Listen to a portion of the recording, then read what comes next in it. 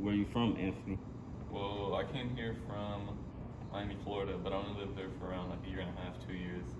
I was born in Arizona. Then when I was like 5, I moved to Louisiana. Then when I was like 13, I moved to Virginia. Then I graduated high school. I was like, oh, I'm gonna make a movie. Went back to Louisiana. That failed, and I moved to Miami. Now here I am, Fairfield, Iowa. Miami. How's it different from Iowa?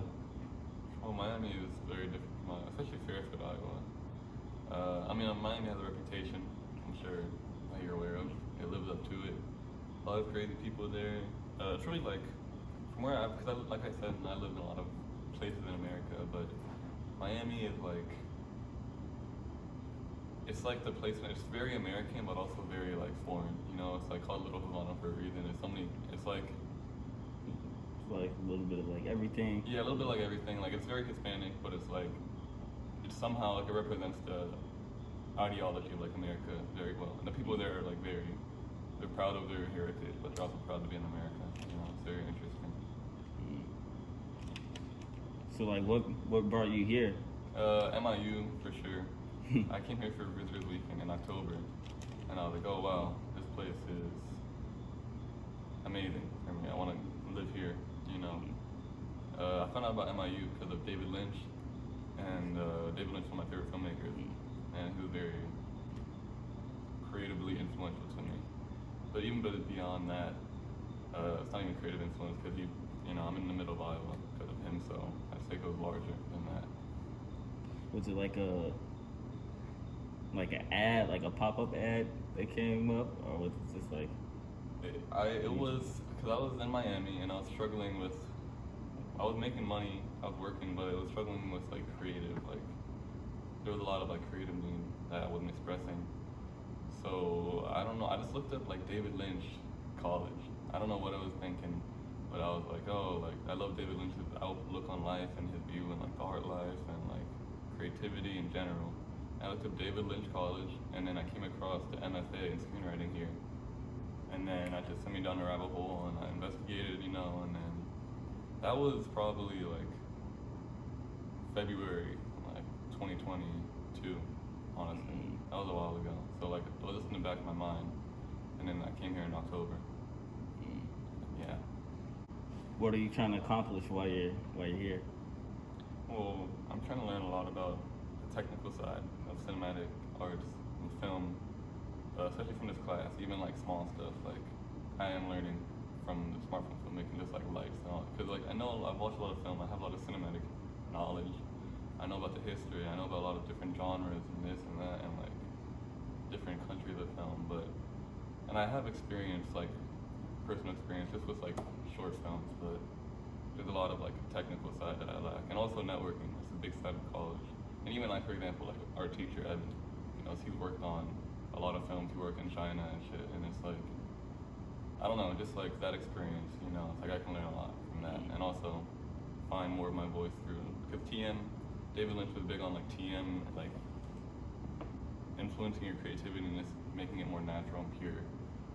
So I want to implement TM into my everyday life for creative and like well-being purposes, but also get the benefits from a film school, and a spiritual college or whatever, film program. Now that you're like here at school, is there anything that you miss from home? Honestly, I miss my cats. My cat, Eden and Chucky, Eden specifically. But I'm trying to get Eden to come here in August. I would have had her here already, but my mom was being a little lazy. That's okay. So I'm gonna get Eden in August. Well, honestly, no, like not a lot, like, cause I guess like I moved around a lot when I was younger, so it was like hard for me to really have a place. It's like, oh, this is home. Even in Miami, it's like I had my room and I had my home, but it wasn't like home. Like people have a very like when they think of home, it's very like a warm and comforting feeling. I never really had that, so not really miss it, I guess, cause like my brain isn't like super attached to that like nostalgia or idea of it. And plus I didn't really make the most of Miami. Like a lot of materialism in that culture and a lot of beauty in it too. I just wasn't social enough to really experience it.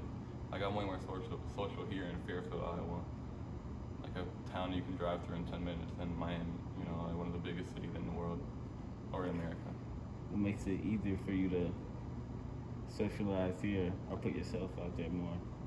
I guess like the culture, you know, because MIU is like there's a big like focus on like spirituality and like consciousness, and just like in Miami, I guess like I said, I didn't really go out, so it's just kind of like maybe like a pessimistic view on it, but it's like very materialistic and like I don't know, just like the human connection is it seems different. Like you can still like I still have like a best friend in Miami who I really connected with, and I talk to them every day, you know, but it's just kind of like, oh, if I go out to like Depot House here, it's like going out to like a club in Miami or like a bar in Miami to like here is very different because it's like, you know, the people, like most of the people here are like, you see people from MIU, they have like, you know, they're partying, but it's like, you can know that they're like life goals or life views, or at least somewhat similar to both being, you know, Fairfield, Iowa.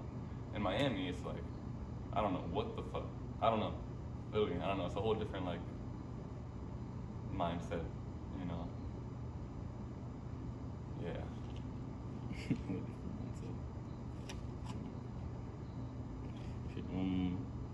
What motivates you like to stay here? Like, is it hard? Is it easy? I wouldn't say it's hard. Yeah, the block system is amazing. You know, when I was in high school, I was sucked at doing homework. Even now, like when I'm kind of like, 'cause I fell behind for like the project pitch in this class. I'm sure you know. But even like then when I'm falling behind, it's like I'm not super stressed. You know, it's like I don't know. I just love the community here. I feel like the small town place is like perfect for me right now. It's the perfect like step to where I don't know where I'm going, but like I have an idea where I want to be.